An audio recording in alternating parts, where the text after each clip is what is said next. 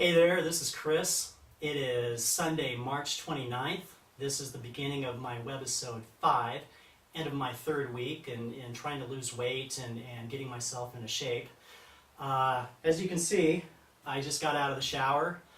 I typically don't walk around like this all the time, but what I'm trying to do is get some sort of videographic evidence as to what I look like right now, and hopefully, I'm going to look look different in the next 10 weeks. So take a look. I'm just going to turn around here, and so you can see that I do not have a six-pack. I'm not in bad shape. I'm going to admit that. People are going to say, "Gosh, Chris, you're 41. You look really good for 41." You know what? That's not what I'm trying. That's not what I'm going for. I just want to look good and I want to feel good. So that's what I'm about. A little update. I lost 1 more pound this week. I'm down to 177.6 pounds. Total weight loss over 3 weeks is 4.4 pounds, which I'll take. I was shooting for a pound a week, and I'm doing like almost 1.5 pounds a week. So, maybe if I come across a week where I don't lose any weight, this is just going to help me average everything out.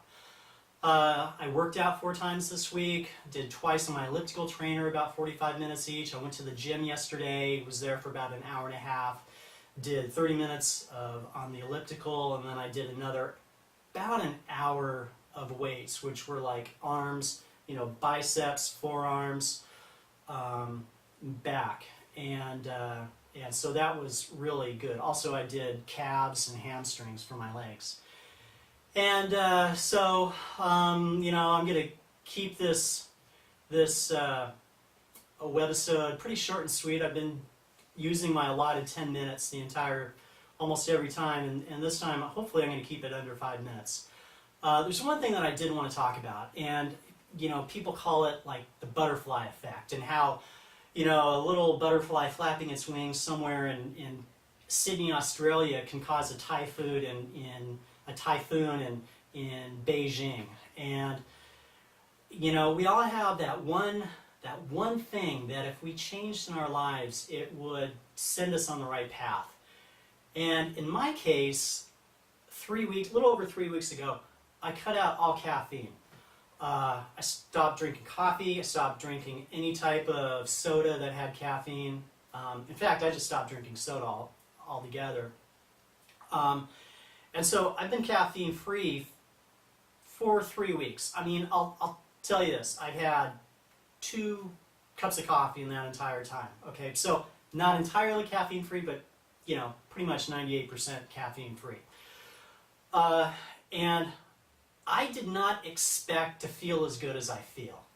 I feel like I have twice as much energy as I did prior, even though I was drinking like 2 lattes a day. Our office has an in-house espresso machine, so I could just go in there and fire off espresso shots twice a day. Plus, I work for this action sports media company, and Red Bull gave us a fridge, plus they deliver Red Bull to us, on a weekly basis for free. It's like they dig us, so we have Red Bull there. And so I was drinking like 2 Diet Red Bulls every day as well.